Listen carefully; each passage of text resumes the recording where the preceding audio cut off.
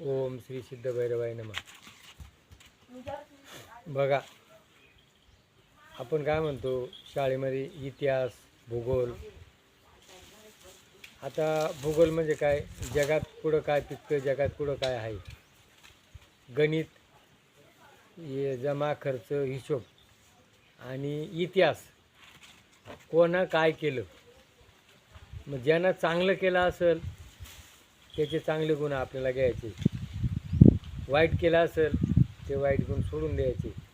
पण आपण नेमकं आज काय करतो, चांगलं घेतच नका. मुलांना चांगले संस्कार द्यायला पाहिजे, मुलींना चांगले संस्कार द्यायला पाहिजे. म्हणून आपल्याला काही ग्रंथ, त्या ग्रंथाच्या ज्या गोष्टी आहेत, ज्या वेळेला शिवाजी महाराज, राम लक्ष्मण यांना त्यांच्या आईने काय केलं, त्या गोष्टी सांगायचे पूर्वी. आणि त्या गोष्टीतून काय करायचे, आपल्याला बोध घ्यायचा आहे, आपल्याला चांगलं करायचं आहे. आणि आज त्या गोष्टी राहिल्या नाही. आपण सगळे काय घेतो, पाश्चात्य विचार घेतो, विकृती. आणि त्यामुळं आज सगळे जिकडं तिकडं विध्वंस झालेलं आहे.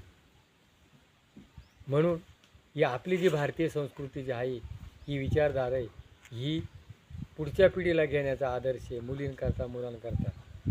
म्हणून मुलींना तारा, सीता, मंदोदरी, अहिल्याबाई होळकर या ज्या काही स्त्रिया होऊन गेल्या, सीता, सावित्री, तर त्यांचा आदर्श घ्यायचा आहे आपल्याला.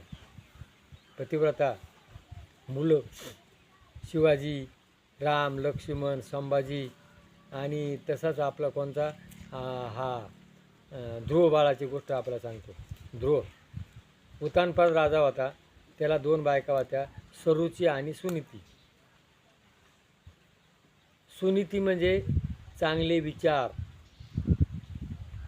आणि सरुची म्हणजे जिभेचे लाड पुरवणं.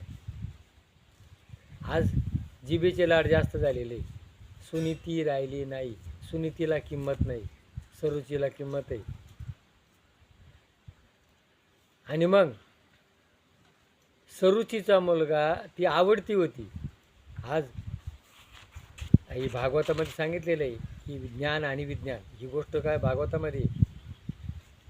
विज्ञान काय म्हणतं, सरुची म्हणजे चांगली आवड, चांगली चव. आज सगळे जिभेचे चोचले पुजवले जातात. सुनीती चांगले विचार नको आहे. आणि मग तो मुलगा पळत पळत आला आणि बापाच्या मांडीवर, बाबा मला तुमच्या मांडीवर बसायचे. तर त्याच्या मांडीवर कोणा होता,